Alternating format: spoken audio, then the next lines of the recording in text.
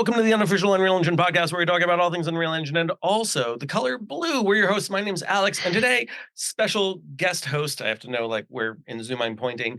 He's usually behind the camera, doing all of our sound, doing all the amazing production work that needs to happen with these episodes. It's Alan Scott. Welcome, Alan. Hey kids, how's it going? Good. And then below us is our good friend for the evening. Welcome, John. Howdy, how y'all doing this evening? It's great to be with you, and yes, I am brought by the color blueberry this evening. It seems with the LED trickery in the room. Yeah, it works. It totally works. That wasn't from a Wonka factory trip. I hope not. It is absolutely yes, Veruca. There you go, Veruca. Yes, that's right. Jeez. So, Alan, you are the one who made this fabulous connection with John. Why don't you tell us a little bit about why we decided to have John on for today's episode? Well, there's a very good reason, not besides John himself, but there's been a lot of improvements in the entire pipeline from start to finish that I'm using. I use the entire pipeline, and it's into such an exciting phase, and I thought that now would be a good time to introduce it to Unreal Engine users that might not be aware of the full pipeline that they have available. So that's the first one, and the second part is that John would be the first guest host or guest that we've had that has received an Epic Mega Grant. Yes, something we talk about a lot. Yeah, and that's exciting because we'd like to, maybe broaden in and show the whole world that there's a lot of resources out there. You just got to know where to look, and there's a couple we're going to touch on tonight. That's awesome. Absolutely. We can talk about the kind of rocks we flip over. I'm a country guy, so we're flipping rocks all the time, looking for good opportunities. Exactly.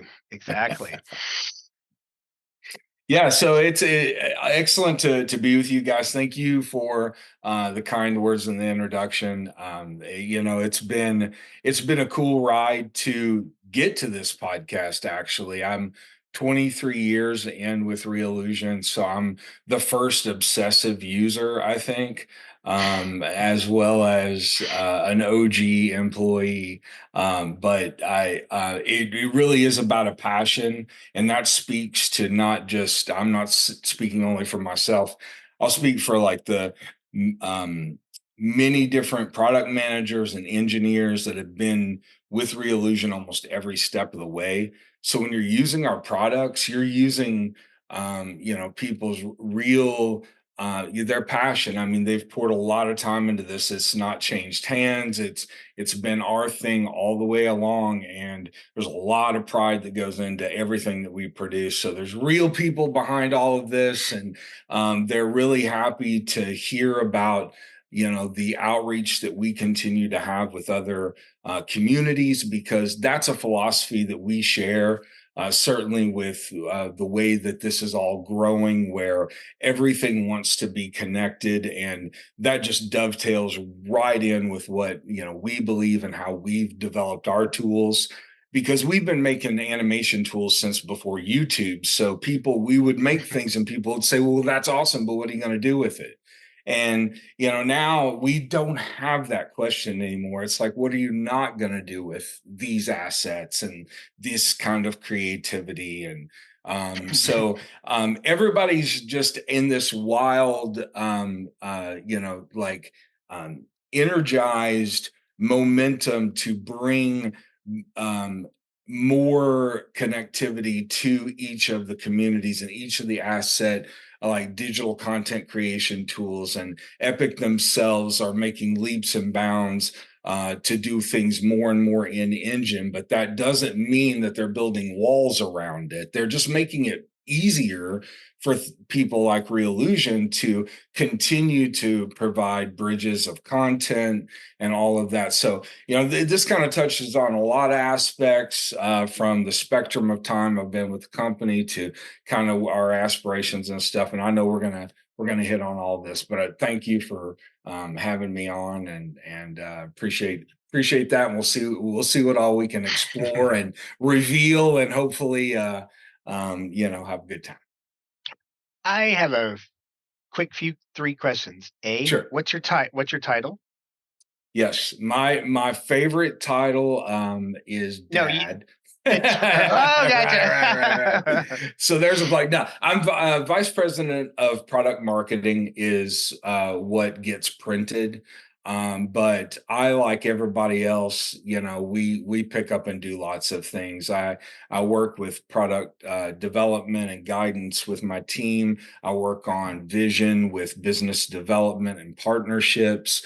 And fortunately, I've just got an awesome group of people around me that help me do, what we do. It's a great company. Really, Reallusion is a really fantastic company full of a lot of people that are looking out for what's next. We try to stay around, not I don't know, a year behind. We try to stay very plugged in with what's going to come next, and really how to keep you guys connected with, with the tools that you love and need in order to have characters and animations and all of that. So that's really the mission with it. Perfect. The second question is company wise, what's the size of your company and locations? So the company itself, we have a large amount of folks in Taipei, Taiwan. That's where the majority of the R&D takes place. However, we're global.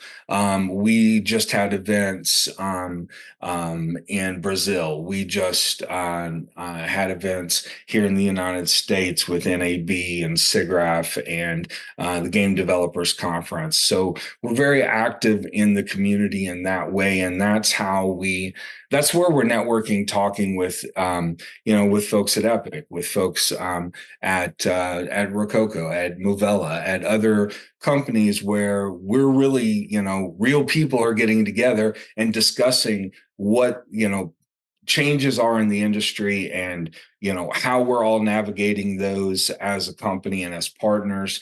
And so those are excellent times. But we are we're a global company. Most of the R&D is in Taipei. I'm in Kentucky as well as in Atlanta, and anywhere else that needs me. Then also, I have a partner up in Vancouver, and then also partner out in California that handles different things. So we are spread out a bit, but we're very concentrated throughout R&D in Taipei. Great. And the last one is, what is the name Reallusion? Where does that come from? What's the meaning behind it? So the beginning of the company, first of all, there's not like a definitive answer. So there's no Rosetta Stone. Okay. But I can give you kind of the idea. The genesis of the company was really about facial animation, and that's so great because it's where we still are today, in so many ways.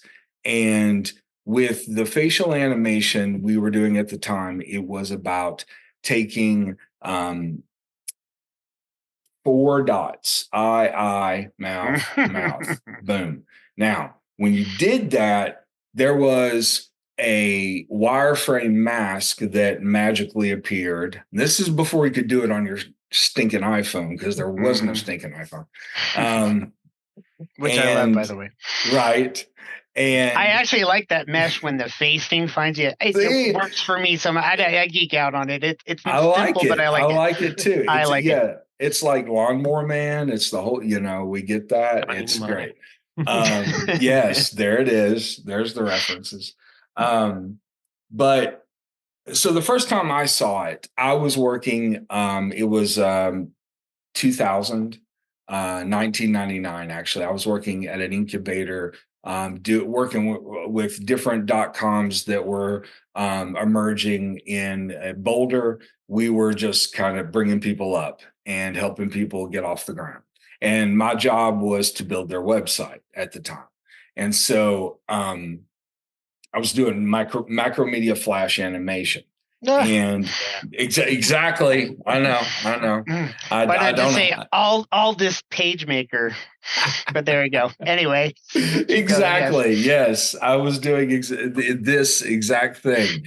I was a big Macromedia fan. God rest its soul. And so, but the animator in me, the web animator, that was constantly trying to put a grapefruit through a straw to make stuff available on the internet, walks into a conference room and sees these guys put 4 dots on a picture, and it talked. And I was like, all right, you got my attention. I spent Howdy, all day stranger. making glorified PowerPoints, so you got my attention. So anyway, long story short, that technology is very much the evolution of what's behind Cartoon Animator, our 2D animation program. What I saw that day was Crazy Talk, the very first version, which was our facial animation that would only do text to speech at the time. It's come Hey, so far. that was ahead of its time in 1999. A text to speech. That's almost like AI revolution starting now. That's everywhere. What it's doing now. It's full It circle. definitely, yeah. No, it was. I mean, it wowed me for sure, and the evolution picked up quick actually after that, as far as what was available. The audio came forward. The product originally called It's Me, which was kind of a talking bobblehead, dancing bobblehead that you could personalize. You would fit a photo and you would put it on this bobblehead looking thing, for lack of a better example. And you could put animations on it, which was motion capture. And then you would make a little caricature of yourself. And that was the genesis of iClone. That product was called It's Me. And that was the second product we came out with. And it was real, just fun with your photos at the time, fun with digital photos. It was all about, everybody had a digital camera. You didn't have a phone with your camera. Nobody did that, but everybody had, a Sony this or a Panasonic that or a Fuji this. And exactly, I know. Yeah. And so anyway, this is where we all come from, as far as how do we get to where we are today. All of that evolved quite rapidly as gaming systems evolve, if you think about it. As exponentially as your video games got better, your capabilities for digital storytelling also did. And so we were able to continue to, build upon that, and characters with, personalized faces and dances became narrative storytelling tools with multiple cameras and special effects and the capability to take it out to other engines and character options that allow you to really customize something and own it and publish it as IP in a game or in a film, or and start to rival what's happening with everything else on the indie side as just a capable tool to help people grow. And it's found its way from these beginnings all the way over to production lines as well. Character Creator found its beginnings as in beta with Suicide Squad, where helped previs 16 scenes with the help of the characters. All the characters that were prevised for Suicide Squad were all done in Character Creator. And so That's this is amazing. what they all did. Their planning for the actual shoot before principal photography started. And that's the reason why Headshot's called Headshot. We actually, there it's you go. from Suicide Squad, because we used the headshots to actually build the characters. And so it was like, well, we're calling it, let's Headshot. That's So crazy. anyway, it came from that. So yeah, they've had quite a journey and been in different places. So we serve lots of different ideas and people that have aspirations, people that are touching animation for the first day, first time, all the way to people that are like, I live, eat, and breathe this, and I've got credits a mile long that have found our tools in their hands as well. So, we serve a lot of people, and hopefully we got big ears for everybody. Hear that. That's funny. We, as we teased at the front of the show, Reallusion received an Epic Mega Grant in 19. 2019? I'm trying to remember. John? I don't have the grant in front of me, No, it's all unfortunately. good. So, So could you tell around us a that bit approx. yeah, about that, right as Yeah. the live link came about Mhm. So in that same yeah, time frame? it's interesting.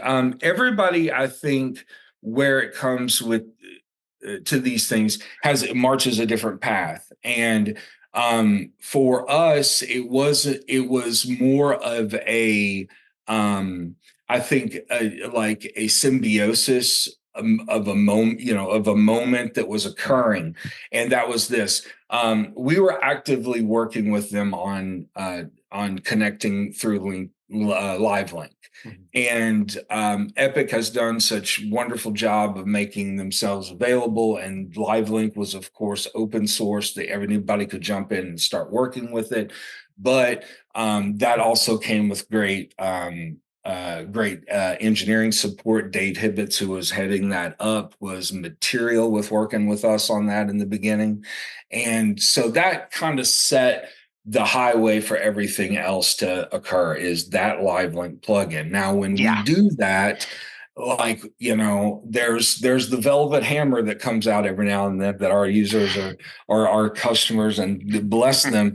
But we do have to keep the lights on. So when we produce things and we put it out, we do typically, I'm the guy, I can tell you, I will say this, I'm the guy that's always like, that needs to go in the software, that needs to be included, that needs to be, but I don't always win those battles, obviously. And but it's something that when we put it out, certainly we produced that as a plugin. And long story short, the mega grant recognized a lot of the co-development that we were bringing to the ecosystem.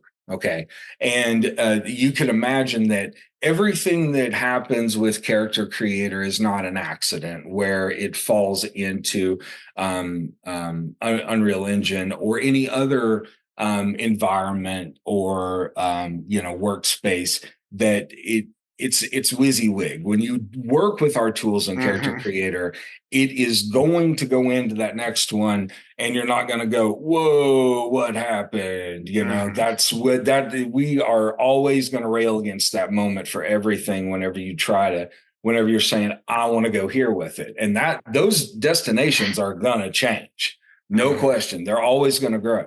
So we're constantly working on making sure that when we say export FBX for Maya, for Unreal, for so on, it's going to be exactly what you expect. Things are going to be where they go. If you're an Unreal person, when you go poking around going, where are all these things? They are exactly where they should be. Everything, the shaders are all assigned properly. It takes a lot of the guesswork out, and, your stinking eyelashes are visible. All of that stuff is going to be where it is.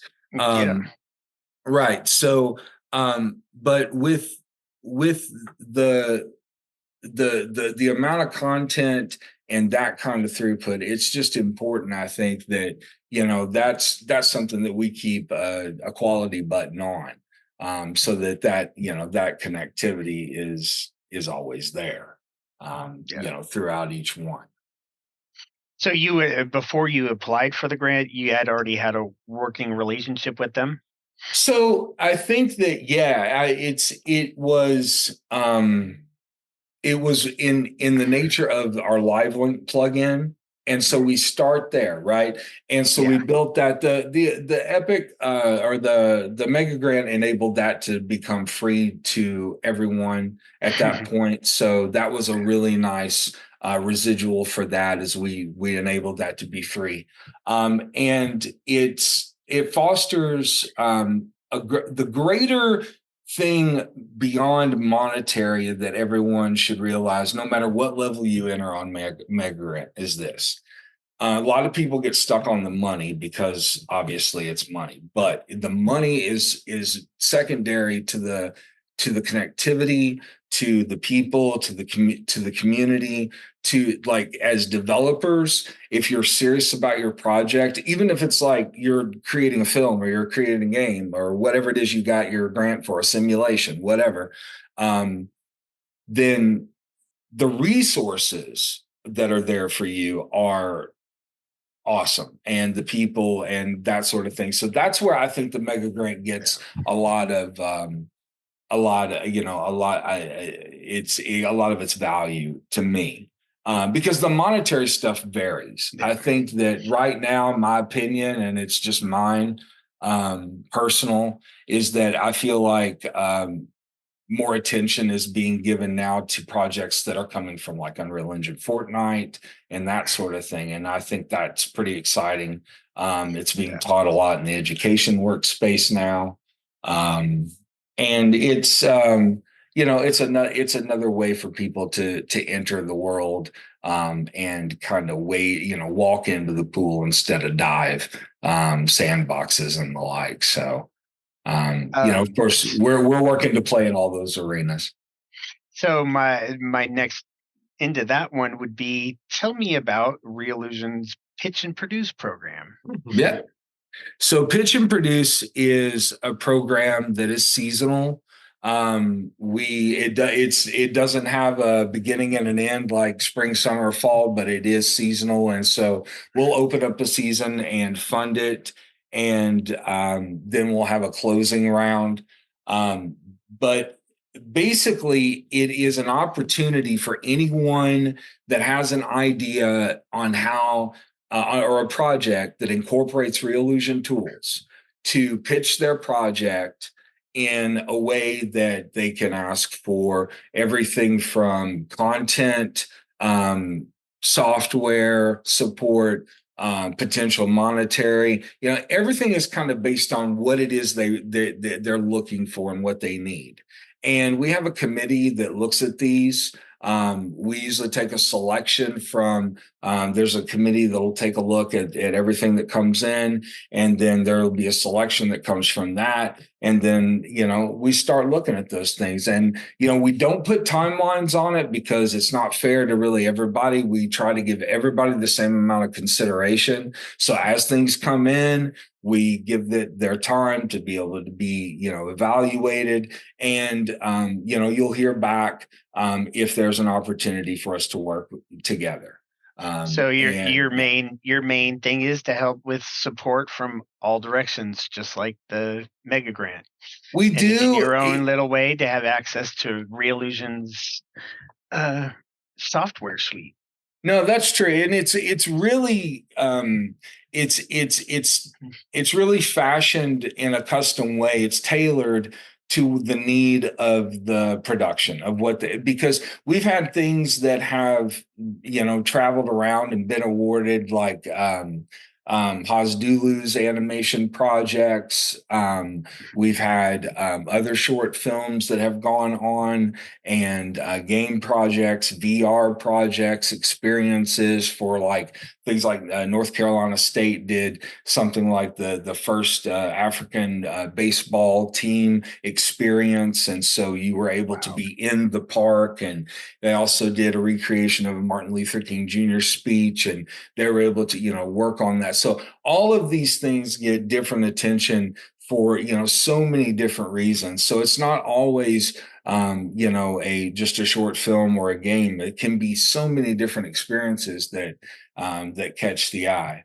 But I think that for just like with Mega Grant for Pitch and Produce, it really is all about, it is about the pitch. Like I've seen good, I've seen really bad. I've seen good ideas pitched. So I work with my brother is a professor at Georgia State University, and one of the classes that they teach is it has a heavy element on pitch because they have a project that they have to complete. It's a studio. You work on it through a couple of semesters, but part of that is conceptualization and pitch, and you really have to get your project approved. And so that's part of it. That like you've got to be able to sell yourself, and that's no different with something like this. And so bring your passion and share that, and share visuals and examples. And it's always good to hear about how you're going to incorporate our products. That is certainly a plus. Otherwise, we're just really going to wish you a lot of luck. But really, though, we do hear from some super creative folks, and so it's a fascinating thing to be on the receiving end. That sounds amazing. Yeah. So I ask everybody to, if you're interested, and everything from like potential, just I need content for a project and I'm already in the ecosystem, to I need to work in a work group because I got 5 guys or ladies and gentlemen that I want to work with, that we all own different licenses and content, but if we get together, we can make a project. There's lots of different ways that we can help you collaborate. And so pitch and produce can take different shapes instead of just like, I need, $5,000 because I need to buy a new computer to render this movie, or I need to buy a 4090 because we all want more of those. Yeah. That's awesome. Yeah. So it's always been something I've seen since you started it, and I thought that was amazing for you guys to offer. So I'm looking through the company's suite of software. We start with Character Creator from the base that gives you the entire ability to make full-blown models, especially with the headshot plugin that you were talking about, now version 2, where you can make a digital duplicate of everyone that you know, which is how I pitch to my friends, and I sucker them into my project because look, I'll make you a 3D model. Right. And they're like, yes. And so, so that's gotten me a lot of good play. So the thing I like about Reallusion software is that you have to play in everyone's sandbox. So you can't play favorites. You have metahuman integration, right? Metahuman is a direct contradiction to what Character Creator is. You're in the same sandbox, but you know what? You can bring them into iClone and they'll still love you. And you've got all of your blenders and you've got all your Z brushes. And then you also have the motion capture intake HUD. How does that help simplify everyone's pipeline if they're doing that? So if you're adopting the Reallusion Character Creator ecosystem, if you're saying I'm going to use these characters, whether it's background, midground, hero, whatever you want, but if you're going to use this as a character set, you're choosing one of the most versatile character bases that is there, because your options, you're not going to be locked in like, well, I chose this and we made a big investment in this and now we've got to pivot potentially. Well, you can, if you need to, if you want to do, I've had to do tests where I needed to test different for a client, different path traced environments. And so I didn't know where we were ending up in the end, to be honest, in a couple of different cases, because of it was going to be the client's pipeline decision. And so, but the versatility was definitely there. Now, with Character Creator, it's not just about being able to have a character that's incredibly versatile when you export it, but it's right from the beginning. You have a highly morphable topology that can be everything from creatures to humans, to humanoids, to lovely characters, hideous ones, and whatever it is that you want. But there's a lot of detail with that, a lot of layers to that as well, from the skin layers to the multiple layers of the eye for the eye shaders, the details on the muscles of the face to be able to morph that.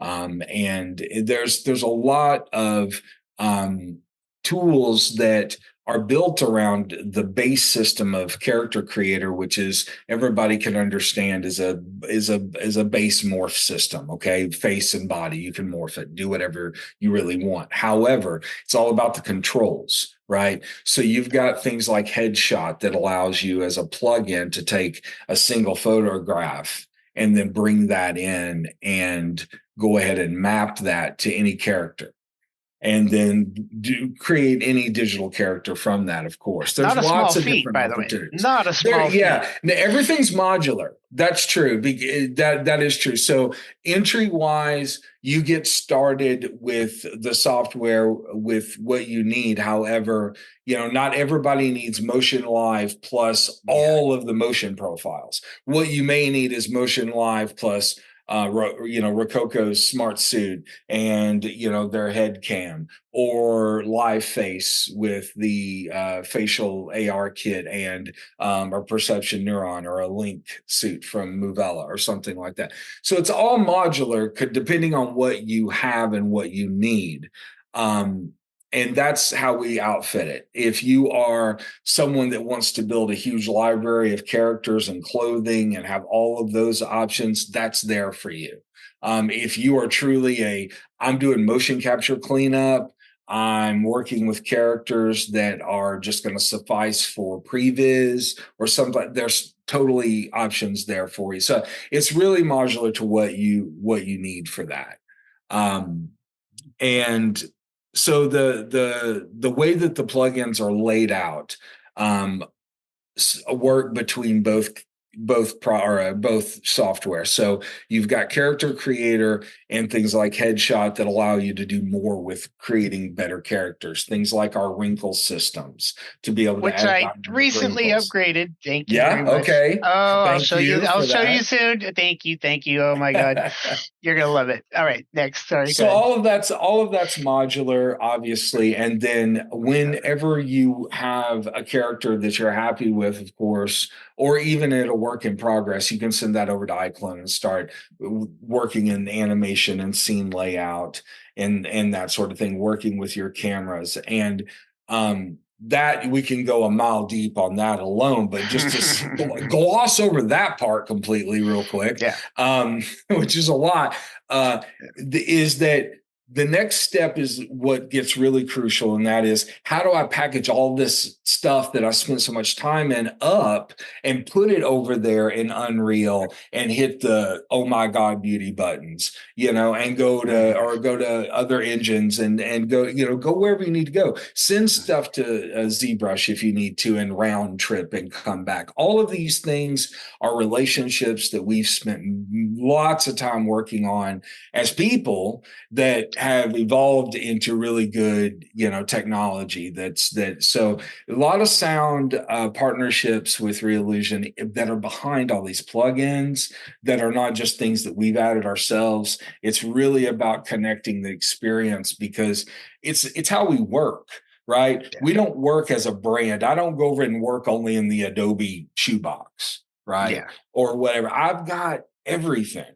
It's just like anybody does, but we're only as good as how we can wield the hammers, not how many hammers we got. So that's the point, and that's how we try to get out of the way, but be deep enough for people to connect and take things where they want it to go. So we spend a lot of time building those bridges. Yeah, and it's very cool that they don't have to sacrifice assets they've already had. They can bring it in. It's a new environment, and they already have the models. They have the models. Maybe they just need a hat to put on the model. Maybe they just need to make a Gangnam style dance video, but they can't do it. But it's all funneled and packaged. It just works now. Mm-hmm. And There's that's mainly why I wanted to bring this now, is because with all of the improvements, it just works. And once you get out of the way of the how, the what comes out.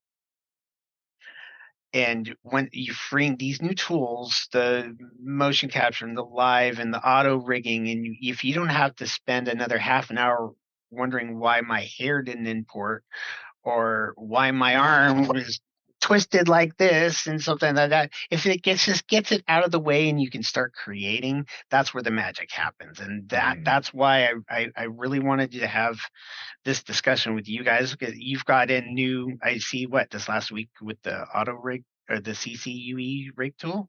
Yeah, so this is plays right into your wheelhouse because now with 5.3 and 5.4, you have the ability to use the UE control rig that's automatically set up with a plugin for character creator characters.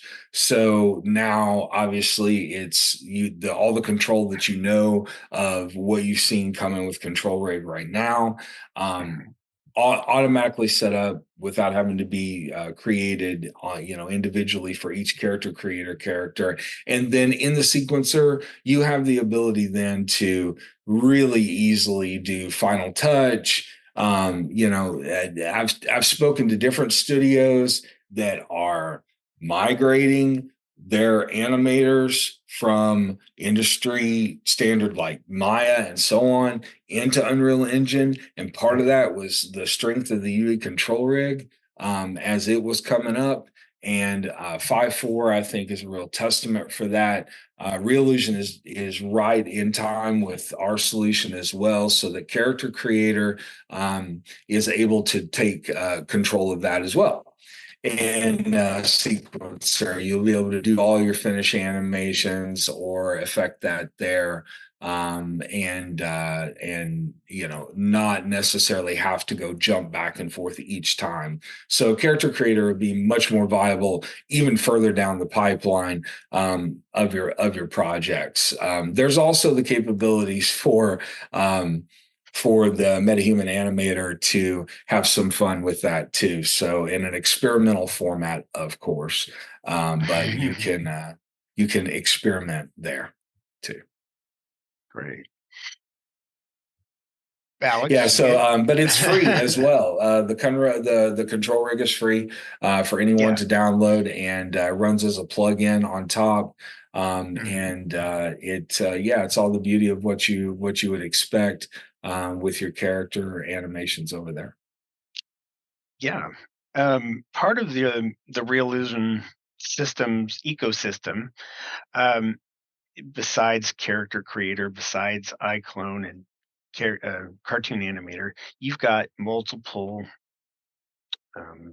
storefronts Right. for the marketplace and content place. So the reason I chose Reallusion is because of the complete pipeline from start to finish, from the creating of the characters to the clothes to accessories and all of the details I can get. But to also be able to just package it and deliver it in a way that I don't have to think about it.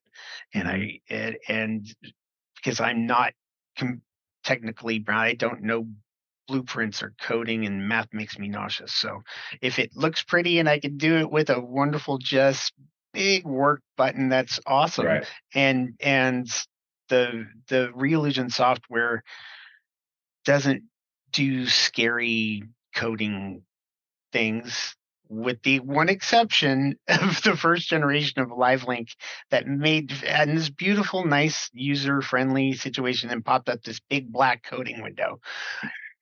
Yeah. And it scared the crap out of me. You know what, though? You could use it to impress your friends. You There you could go. say, listen, watch double encryption. Watch. There we go. Yeah. And So I mean, it was just it was nothing that I thought the first time I did it. I thought I did something wrong, because this is a big black Right. scary Right. a DOS window. Who's working in DOS anymore, right? And then it's telling me all of these things that aren't working, and then it loads up in Unreal and everything works. Yeah, if you didn't read that, you were good. When you started Yeah. reading that, it was like, wait a minute. What do you mean you can't find that? You Yeah. know? So I agree. Luckily, we decided to start giving the world power before we had completely made it beautiful in the Mhm. background. But hey, we've prettied the place up for Yeah, 5.4, and now you get these nice little progress bars it that choked me up, present I to you. swear. Right, I it's going to did. update you with each asset. It's like, oh, okay, Yeah. very well informed now. Yep. Yep. Yeah. My friends were already lost when I was showing them my capabilities, and then that happened. They're like, "Ugh, ugh, what the?" So that was awesome, and I'm it. So as far as the Unreal Engine advancements of late, Yep. besides not taking 3 hours to import an FBX file, which is how Unreal Engine used to work. That wasn't your I end. remember those days. That was That wasn't on Alex, us, please, but please, it was a shared Alex. experience. We all were in that together. Let's put it that way. We were all in that together. Yeah, so that for me that shaved years off my life, or yeah, or gave me years back on my life is what I meant to say. Um, so tell us what you are excited about on the horizon with the UE, um, with the Unreal Engine system itself that you think is steps in the right direction. I think, well, control rig and more animation capabilities, I think is always great. I love that. We just recently started with this. I think one version back of the Unreal Live Link plugin. We started the capability for you to be able to have a sequencer write Mm, based on the switch camera. So you yeah, can lens your projects in iClone, which many times I'm using proxies for my yeah. sets, and I'm lensing my characters, and I just know there's a pillar there, there's stairs there, and I'll stay the hell away from that. But over here I'm filming all my characters, and it works beautifully. So I send that over now and the sequencer, and anything that can help me just save a minute over an Unreal is fine. I feel comfortable in there, working in there, especially when I'm working on a cinematic. It's like it's just a cousin to what I'm normally doing. But it is so sweet to be able to just have shortcuts, and that Boop. is another one, right? One little boop, and your entire work Yeah, just sends it. It loads it. It makes a new thing. It lines it up, and you're done.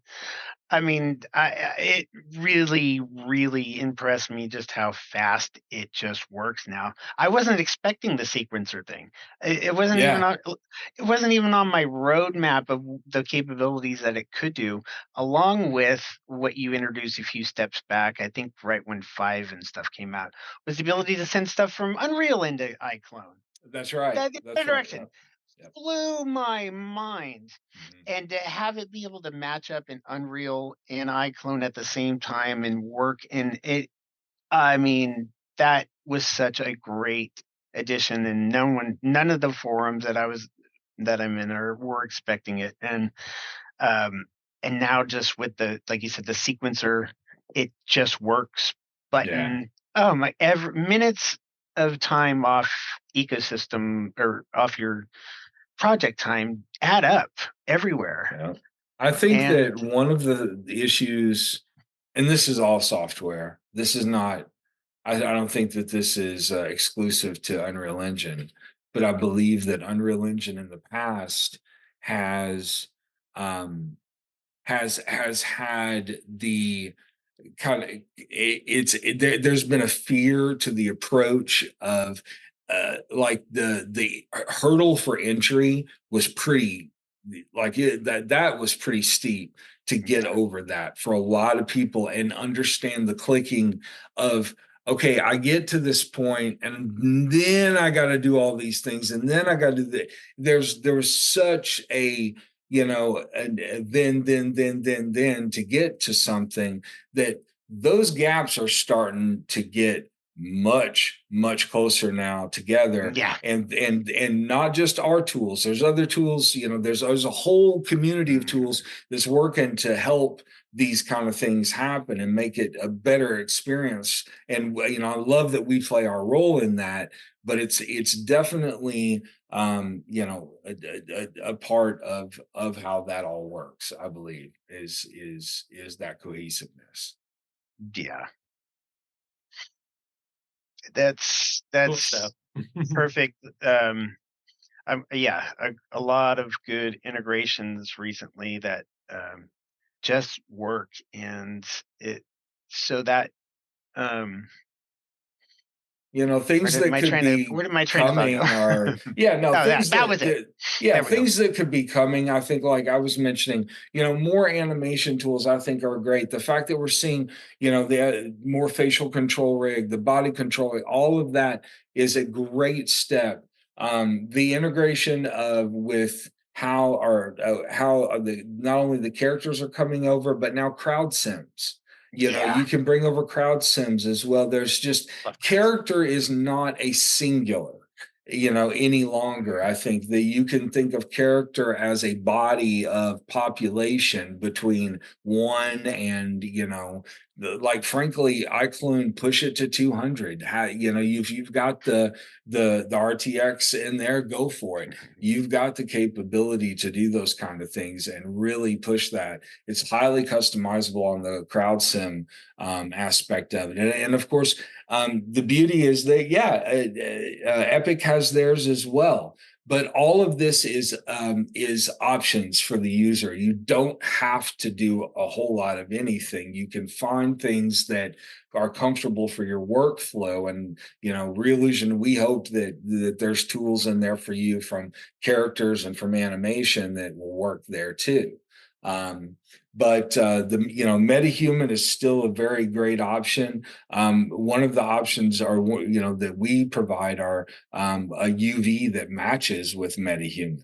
So whenever you do the CC to MetaHuman, or I'm sorry, the mesh to MetaHuman, if Right. you use a CC character, then you can use our skin, because the UV is 1-to-1 with Unreal Engine. So you don't have to use the MetaHuman skin and our topology. You can actually use our topology and our skin, That's cool. and it will go right on top of that. So these are the compatibilities that we, as like on the onset of how, but way before mega grants or anything like that, just I think is just a really good opportunity for folks. But it's more so about the capabilities that you can find as partners, and that's where the real value is, and how you can help each other evolve your projects, software, films, games, whatever they might Yeah.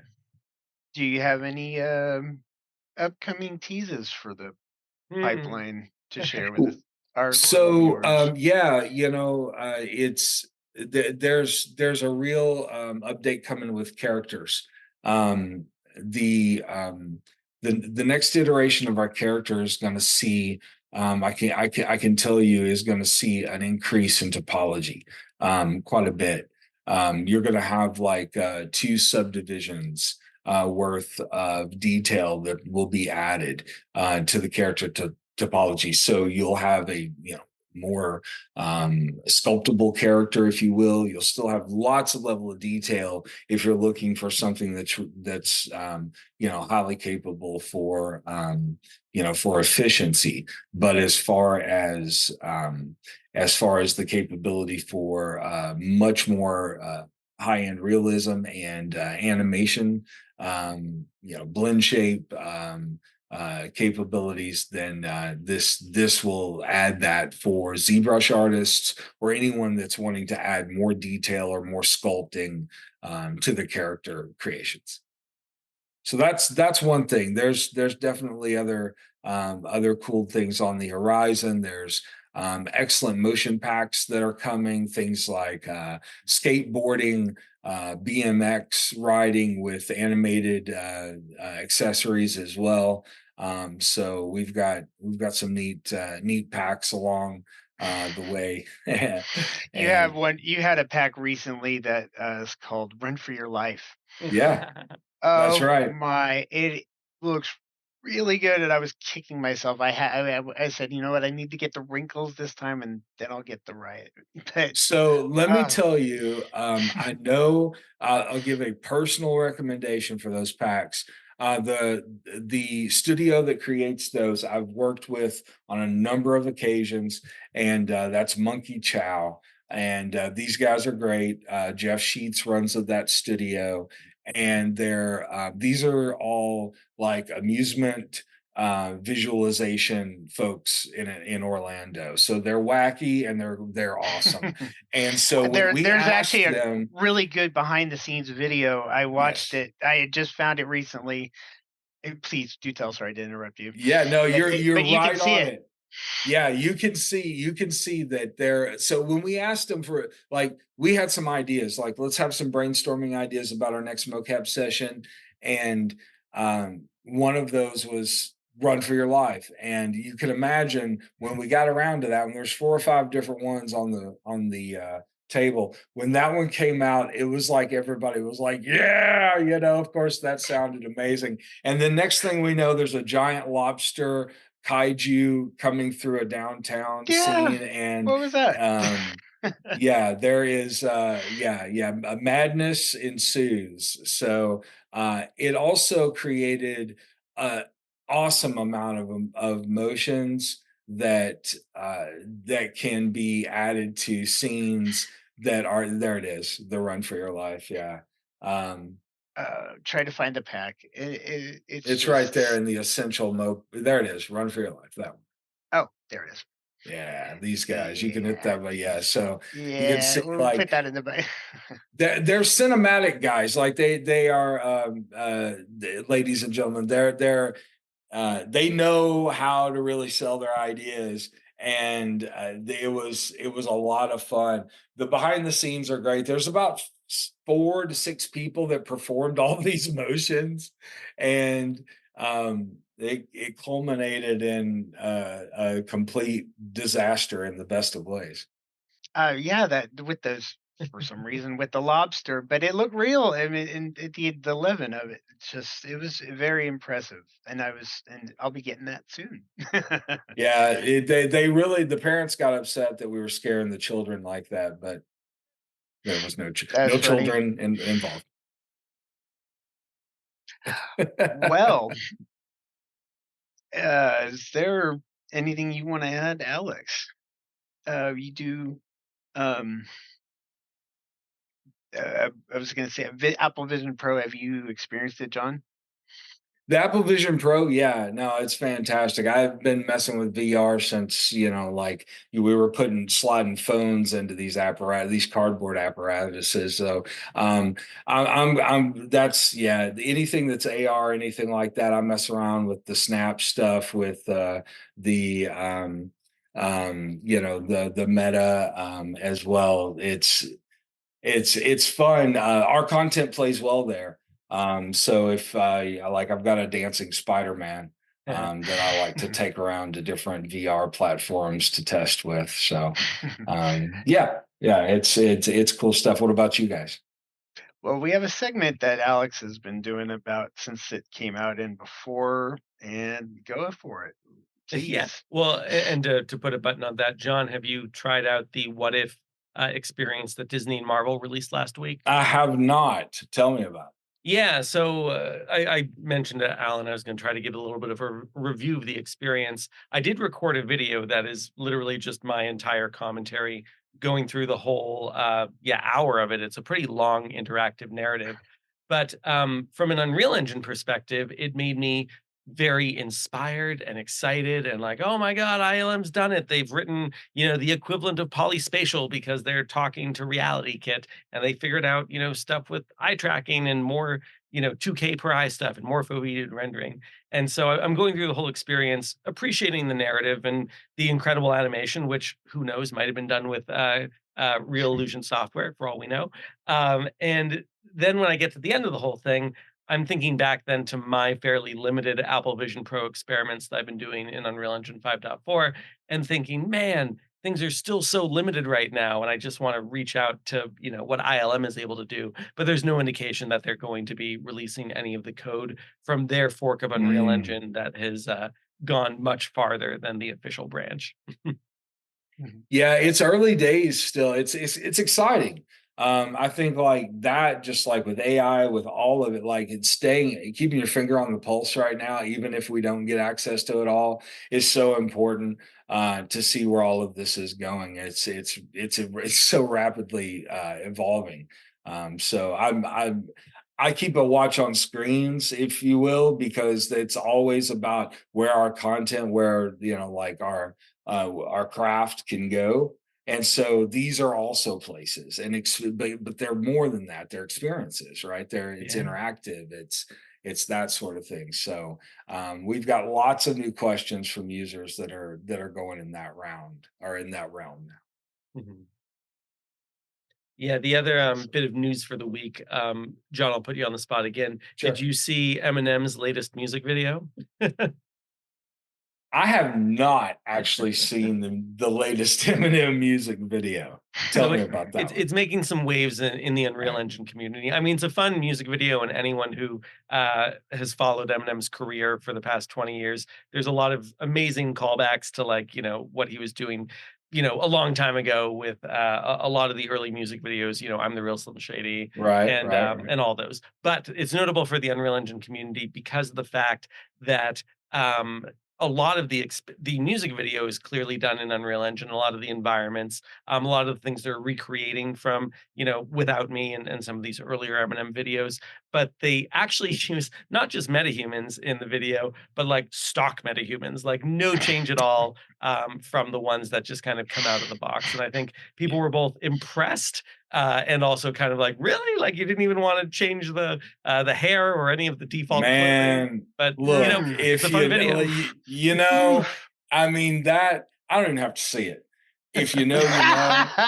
All right, like that's like Kevin. Every Yeah. time I see Kevin, Kevin's in everything. I'm like, there's Kevin, Mhm. and that's the iClone default guy, Yeah. or Camilla. And I understand. There's a mentality of somebody that's just like, I'm gonna get that off the shelf. Mhm. I'm gonna put it in, and I'm gonna put it in. But if somebody got paid, and if you're getting Right? paid, you better There do you a little go. bit of work, okay? Oh, Somebody got paid for that. Oh my. that's hilarious. Yeah. That's good Um, brand recognition for him, I so, guess. oh, Like, there look at they are. that. Yeah, Kevin there and we Nina. hey, There's Kevin. Kevin. There's Kevin. There he is. Yep. Yeah, Yep. these just popped up on the Unreal site, That's right. or Yeah, on they're the set up marketplace this for week your Very yeah, cool. for your with the control With control plane. rig, controller. Ready yeah. to go. That's right. Auto Yep. build sequencer right in. We've got to wrap this up a little bit. Got a little bit of kitty What are with the these? test demo. Yeah. Did you make Um, these, Alan? yeah, this is my project. I had them dancing in the street, but I forgot to turn off the traffic. So a car Dangerous. drove over the cat, and it's just flipping over it. And this is the view It's from inside flipping. the car. The car flipped over because it hit the Okay. cat. So I got you. Oh, um, I understand. I understand. Okay, it very good. just the physics of it hit it, and the cat did it. So I meant to put this up earlier. This is Yeah. the complete um, ecosystem that you can use, and I know, Alex, you've done a lot of work with the NVIDIA Omniverse stuff, Mhm. and you can see that they've got the AccuLip was that recently updated, um, John? Yes, absolutely. So AccuFace, we AccuFace, sorry. have, yeah, the AccuFace in correlation with NVIDIA enables your RTX to be a video powered facial animator, both with just any, like your webcam, like right now, Hmm. or you can use pre-recorded video, which is awesome if your talent's not in the room and you just want to have somebody record some video for you. You can use that as facial animation. It's a cool experience. That I would say that is an add-on that you would enjoy if you're looking for some things to add on to your experience. But this is like the Reallusion flower of life, and it unfolds into all of the areas that we hope you want to go, and it's always going to expand, by the way, with where these capabilities are. There's, some elements are all about character creation, and so you have a lot of round tripping through those kind of digital content creation tools that help your characters evolve and customize. And hopefully, as much as we love Kevin, hopefully it's not Kevin every time, and you can utilize that path to ensure that. And then also for iClone, it's really about your scene layout, your camera lensing, your character animation, face body, editing, motion capture. You can do that as well in there, and bringing it all together, and then going either rendering there. A lot of options to render in iClone, or getting out into those engines where you can do interactivity with games and simulations, or you can, start working in more film production pipelines with those and virtual production. So, it's wherever you need characters and animation. This is the whole idea. Wonderful. Yeah. Cool. And hopefully we've made it easier than the diagram. Honestly, that makes cool it diagram, so simple. It's more simple for me. I love it. Awesome. I think so. We're gonna wrap up here. Did you have any shout outs? Yeah, John, anyone you want to shout out is some cool creators using Reallusion software? There's a lot of dedicated influencers out there that are constantly repping our tools, and do a really good job of some extended tutorials. Solomon Jagwe. You've also got Jonathan Winbush. Oh yeah. That Yeah, does we've had quite Winbush a on the bit. podcast. Yeah, no, he's fantastic.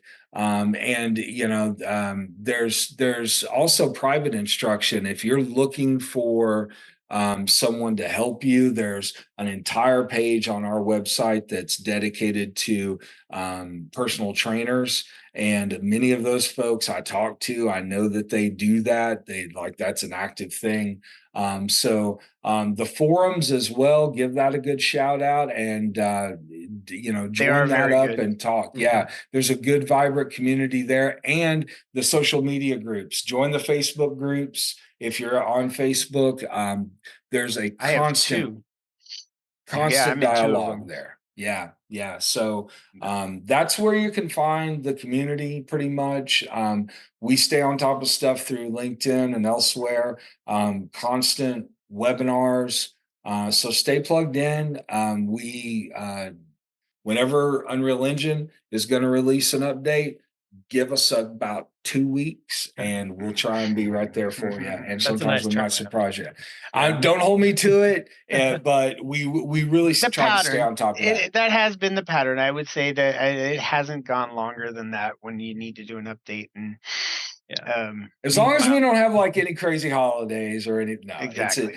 But really though, that's usually about the time that we try to be as close as possible to keep with it. So and again, the last thing is shout out to the entire team at Reallusion. I get to join you guys and have the fun and talk about all these cool things, but the people that do all the super hard work I have to give a lot of praise and thanks to, because they're really great to work with, and they're good people. So just know when you're working with our tools, you're supporting a lot of really awesome folks that are serious about what they do, and it's a passion. So you're paving the way for more passion and more fun tools. Awesome. Wonderful. And John, any events you're traveling to soon if people want to try to stay in touch or reach out? Yeah. If you know about SIGGRAPH, then awesome. Is that your shirt? The shirt I'm wearing. There it is. I know you do. And if you don't, you should. Not me. All him. It is fantastic. It is my favorite event of the year. It's in Denver this year. I lived there for 5 years, so it's a bit of a homecoming for me. and I cannot wait. So that's going to be at the end of July, 1st of August. And it's always a great time. All the usual suspects in the 3D industry, plus breakdowns and behind the scenes of some of your favorite movies and Yeah. TV series and stuff, where you get to hear about how they did certain things and pulled off stuff. And you get to hear people like George Lucas give praise to the water guy because the water was amazing in this or that. So it's a good time. It's nerdorama. So come join me there. Awesome. Cool. So yeah, just to wrap up on our end as well, a couple events coming up for me. You folks know that I will be at Unreal Fest Europe in about a week, heading over to Prague, and then I'll be in Helsinki after that. And I'm taking some meetings with Vario and maybe a couple other companies over there. So if there's any person, company, whoever you think I should say hi to, maybe you, dear listener, please do reach out.